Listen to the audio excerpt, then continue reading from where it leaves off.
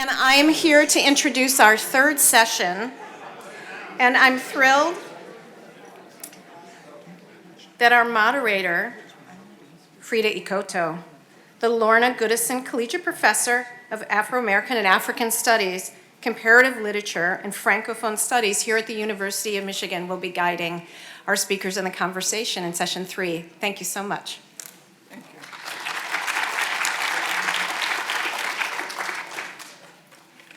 Good afternoon.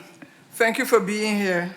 I have tears coming the whole afternoon to my ears because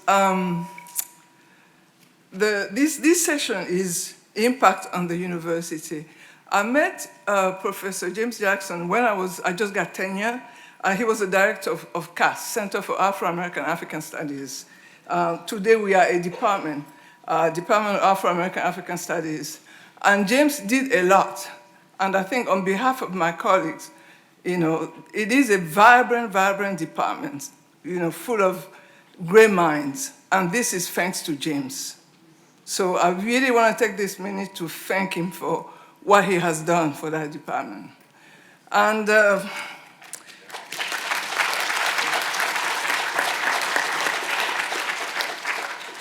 I'm going to share two stories of how James really mentored me.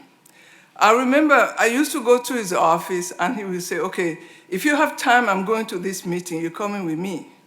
And I said, well, what am I going to say? You just sit there and listen.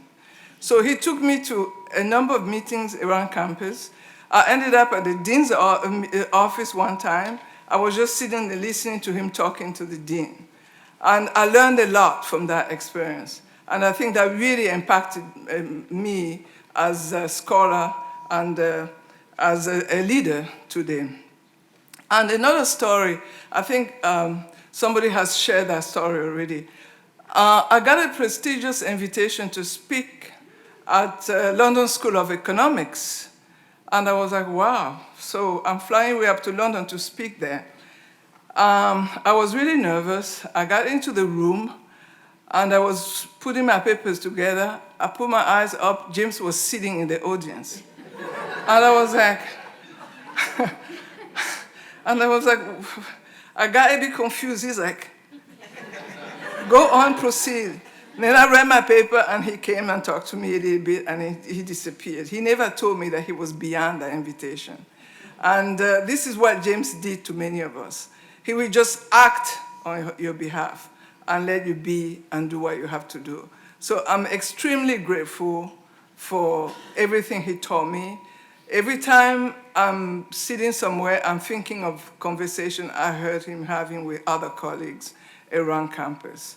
So I'm extremely grateful. And I'm also very honored to be here to preside this incredible panel. So we're going to start right away because time is of essence. And I really want my colleagues to be able to share what they have to share with you. So we're going to start with our former president, Dr. Mary Sue Coleman. She's going to be the first one to speak to us.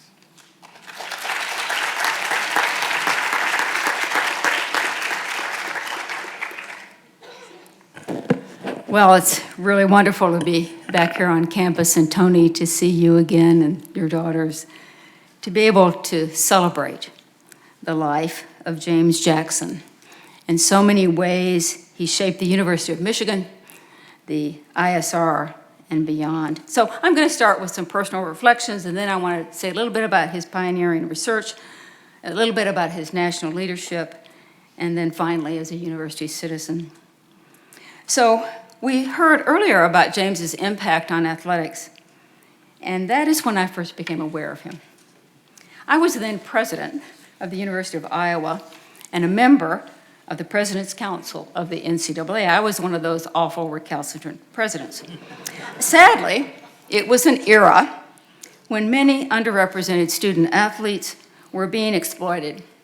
They were recruited by schools, but not prepared or helped for academic rigor of college, and the NCAA was roundly criticized. And I know at that time that James was critical.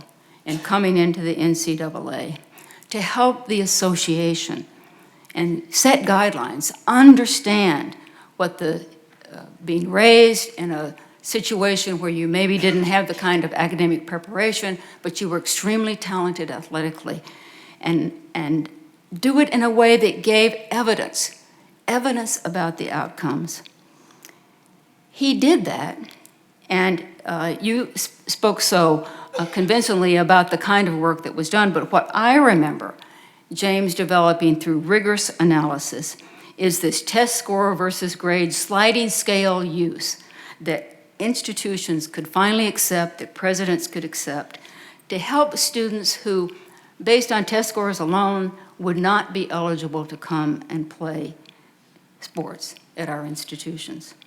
But furthermore, besides developing sensible policies that were evidence-based on whether or not students could succeed, James was adamant about the need for academic support services for student athletes, and the result was a new wave of specialized programs across the nation to support and nurture young people who possessed great athletic talent and who would benefit from completing a college degree regardless of the career paths that they ultimately chose. This work led to so much more tolerance for admitting students who needed extra support, and then it extended beyond athletes to other students.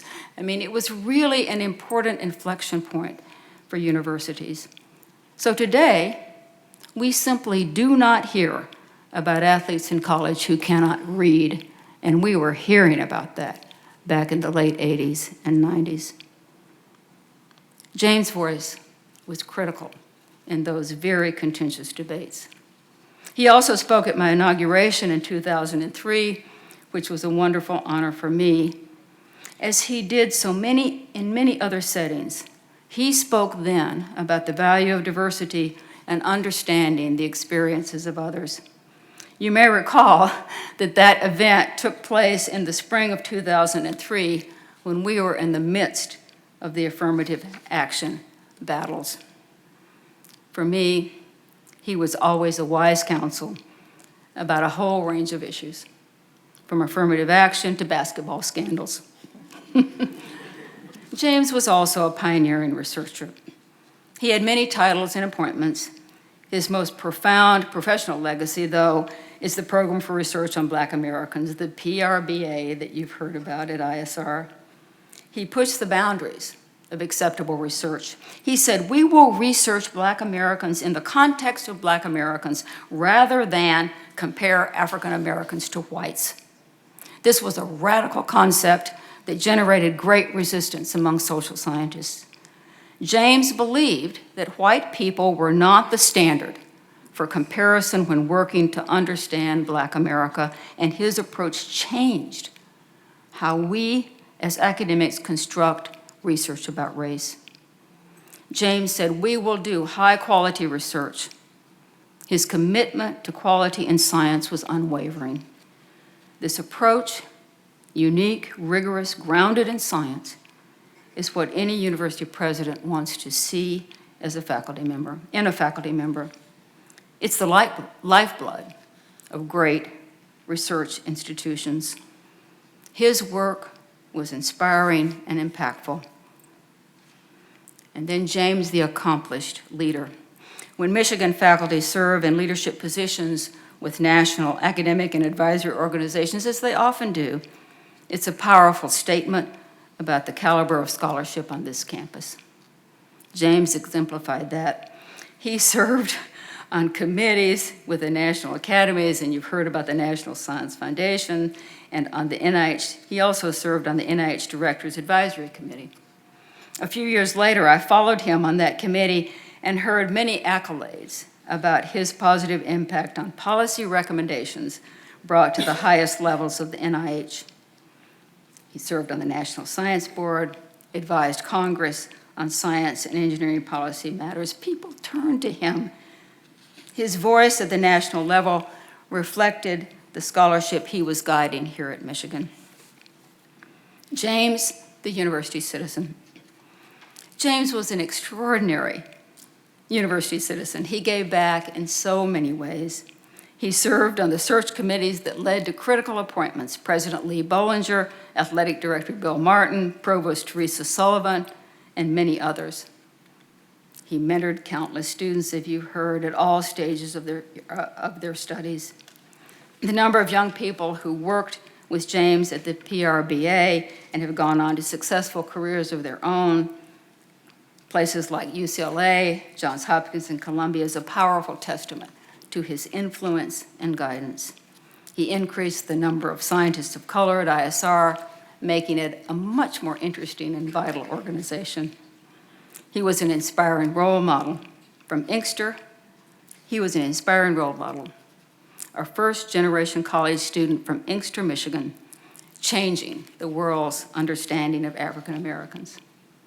He was patient, thoughtful, funny, and warm, and he was the eternal optimist. When James was a teenager, he wanted to become an electrical engineer. How lucky for us that he discovered the social sciences. And when he joined the U of M faculty after graduate school, he expected to stay for 5 years. How fortunate for the world that he dedicated his career here to understanding the experiences of Black America. James Jackson is woven deeply into the fabric of the University of Michigan, and I am so pleased we are celebrating his immeasurable contributions today. I was so very lucky to have been able to work with James, and I'm confident that his work and impact will continue to be praised and emulated well into the university's third century. Thank you.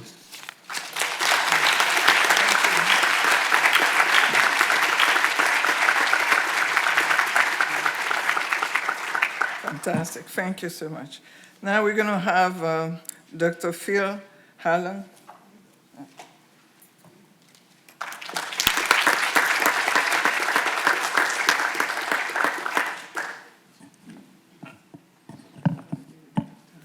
Well, thank you, and I also want to thank the organizers for this opportunity to reflect on someone who I admire just so much. One of the great things about James is that he always referred to me as young man. How you doing, young man? Was how he would invariably greet me. I never really understood why he called me that, but I liked it. So during my winding path through academic administration, James was a constant. Actually, my family's first interactions with James came through my wife, Gail, who held a position at Rackham when James was associate dean. And she remembers him as just a towering figure who everyone respected so much. A few years later, in 1994, James and I joined the LSA Executive Committee together. Edie Goldenberg was the dean. And through the year-end dinners of this group, we got to know Toni and understood her talents and contributions, and also how important James' family was in his life. James became director of CAS, as we've heard, which is now DAS, which is great. And that was a period when I was in the dean's office as associate dean. So we interacted on those issues. And then later in the decade, James became the director of ISR when I was in the provost's office. So it doesn't stop there. After I left Michigan to go to Dartmouth, I had the good fortune to recruit James to be a member of the Board of Trustees at Dartmouth. Remarkably, the first person in the 253-year history of the institution who was not a Dartmouth alum on the Board of Trustees.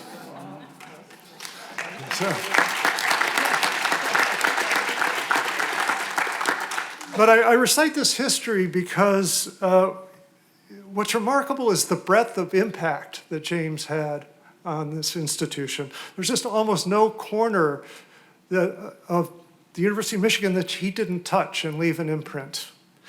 And his imprint was especially deep at ISR. We've already heard about the PRBA and the National Survey of Black Americans.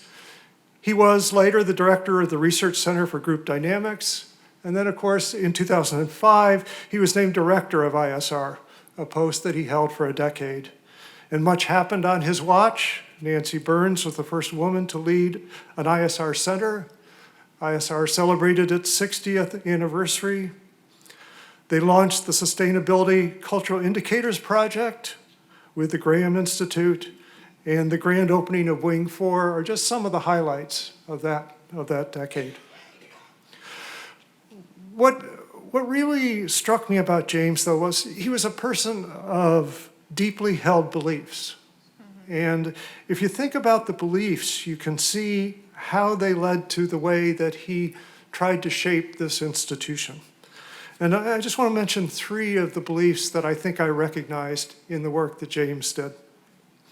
First of all, James believed in the academy, the essential role that higher ed plays in training our graduates to seek truth by applying reason and logic to bodies of evidence.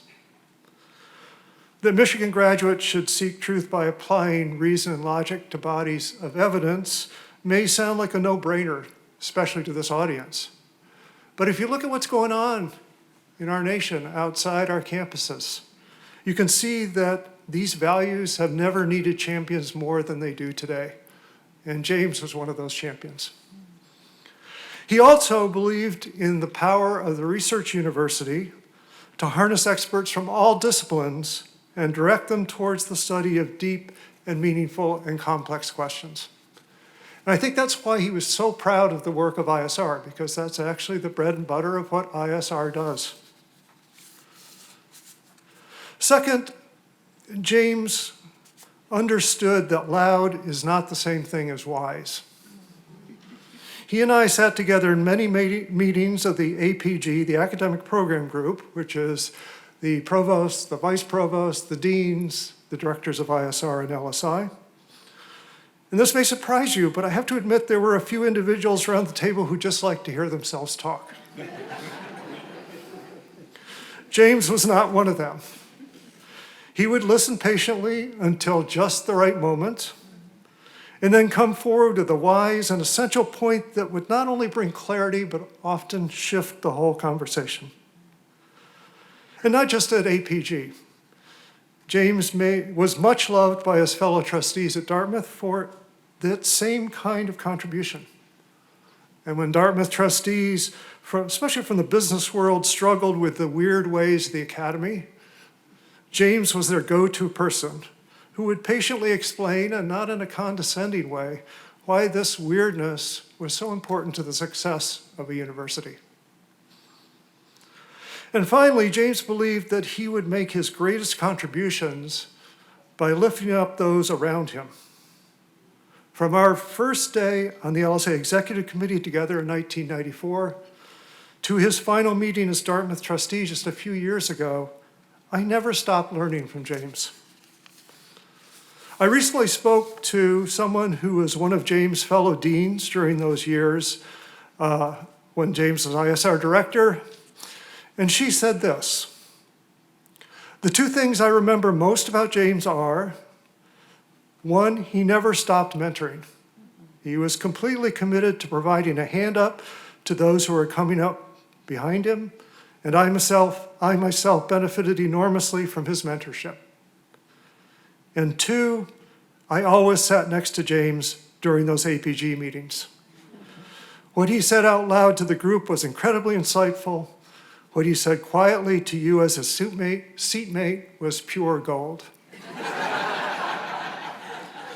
I think pure gold is an apt descriptor. It is how I remember my time with James. He was a friend and a colleague who was dedicated to helping me be successful, as dedicated to helping me be successful as he was to advancing himself. We will miss him always. Thank you.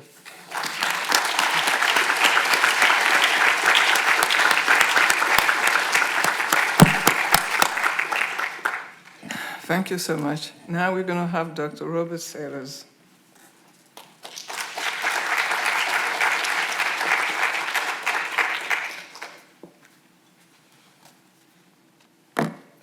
So I am, again, honored to be here today.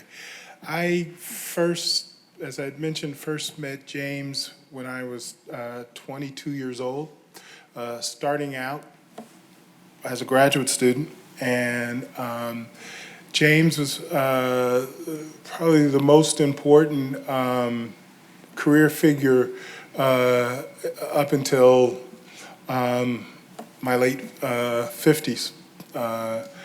So it's a very long time. I saw James in a variety of different spaces and places and contexts and experiences over the years. James was somebody that I looked up to and looked to that greatly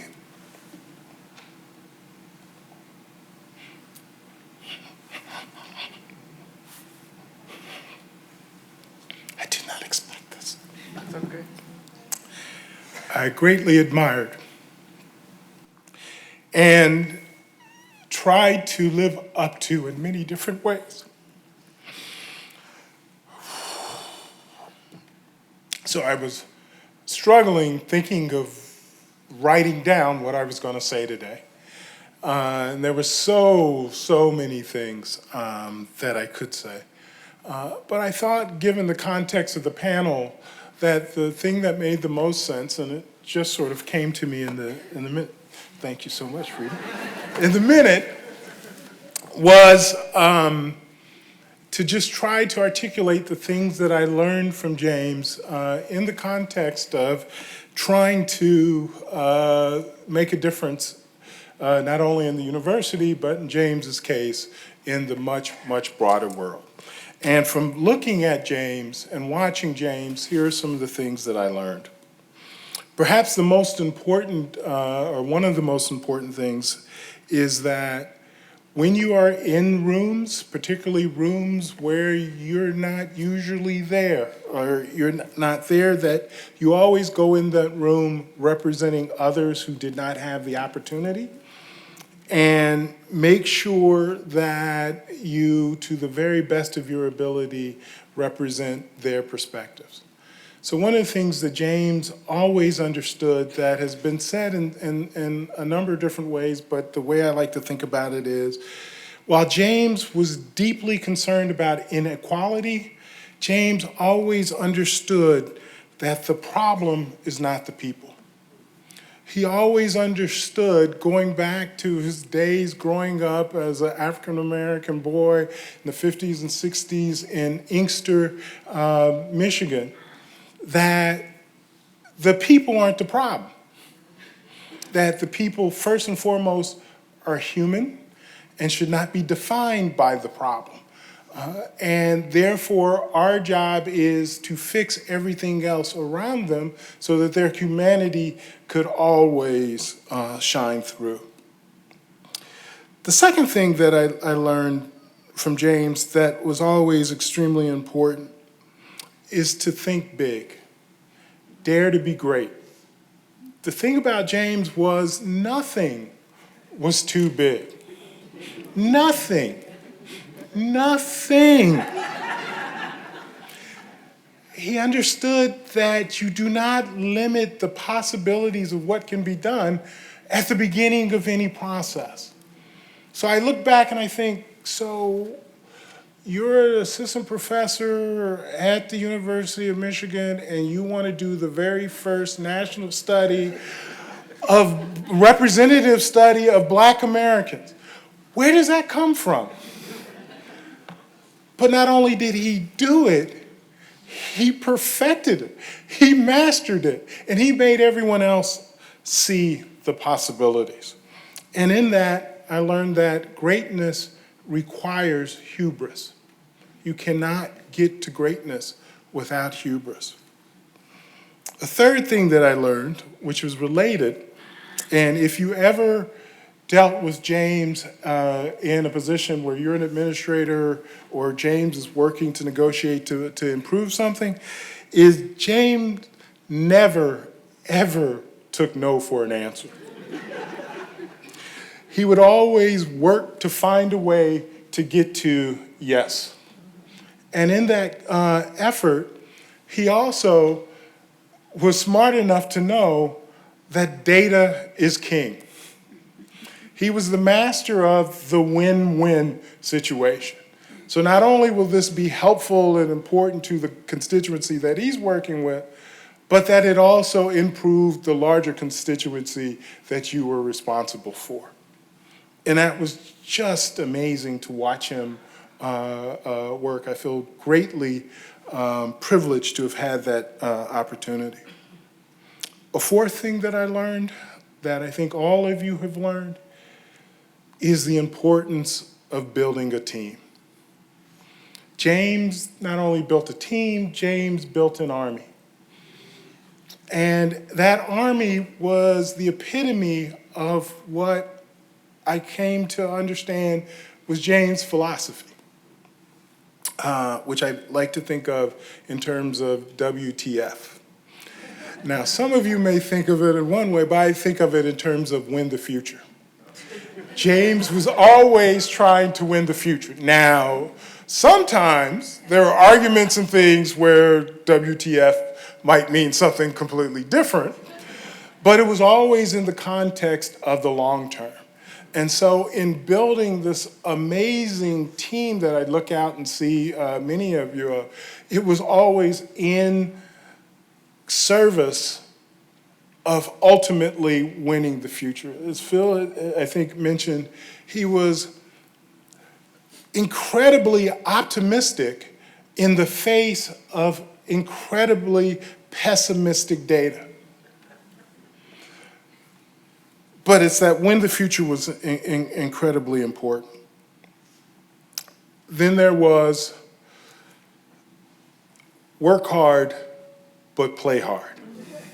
So as I mentioned earlier, he was a James Brown of work. But James also taught me that in that work is relationships, is living, is fun. I think back to some of the DARN meetings with the NCAA. Now, what Tom had mentioned was he had said, oh, the work that we did in Indianapolis and before that in Kansas City. What he didn't mention is that we also did that work in San Diego, in Florida, in Texas, in some of the very nicest hotels that I had ever been to before or even since. We worked our butts off, so don't get me wrong, but at the same point in time, we had some of the best dinners and conversations and relationships just being together and fellowshipping. And so work hard, play hard was something that was clearly something that he modeled unbelievably. And then last but not least, and I think is extremely important, is that he also modeled family is the most important thing. While I do not know you very well, I do know you very well. James was unbelievably proud of you two. From being a graduate student, an early assistant professor, up through the times that he was sick and moving forward, he always talked about how proud he was of the two of you, and then later of your children, and the time with you, Tony, and the time spent. And I never understood how he was able to do all the different things and have all the relationships that are represented in this room, and the committees that have been mentioned, et cetera.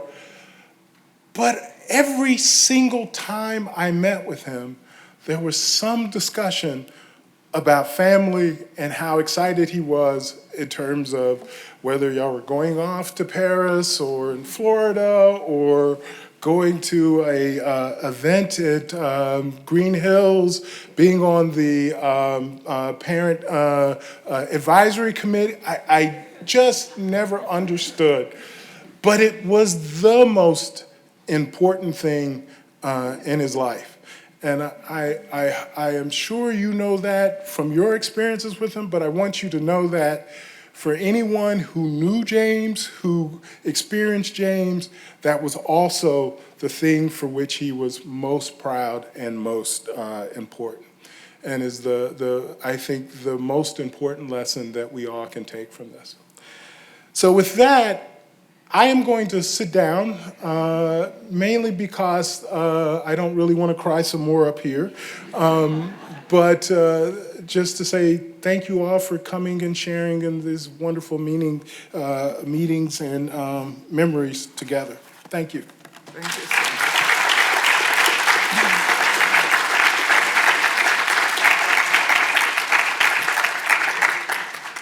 Thank you so much. This was really wonderful. So I think we did very well with time, because I did not want to speak, because everything has been said. And it's true, I didn't know you, but he always spoke about you. He always told me about, oh, you know, my daughters are going to Paris. They're going here, they're going there. So it's true. Thank you so much. Okay.